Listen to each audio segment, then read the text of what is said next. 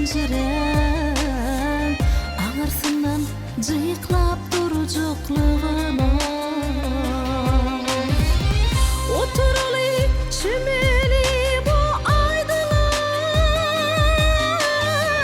diryak yar pışırdı sen dinleli solar kimin övrüleli aydıma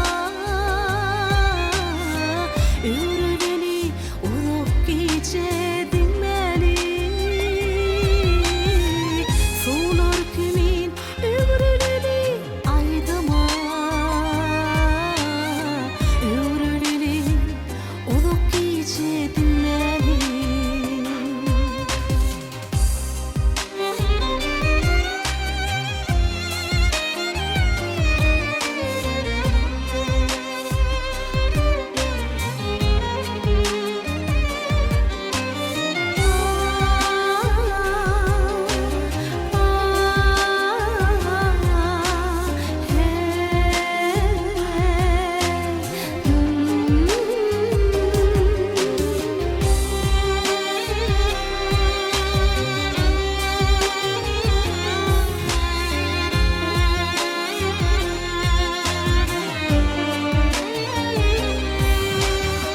geçmeli deninden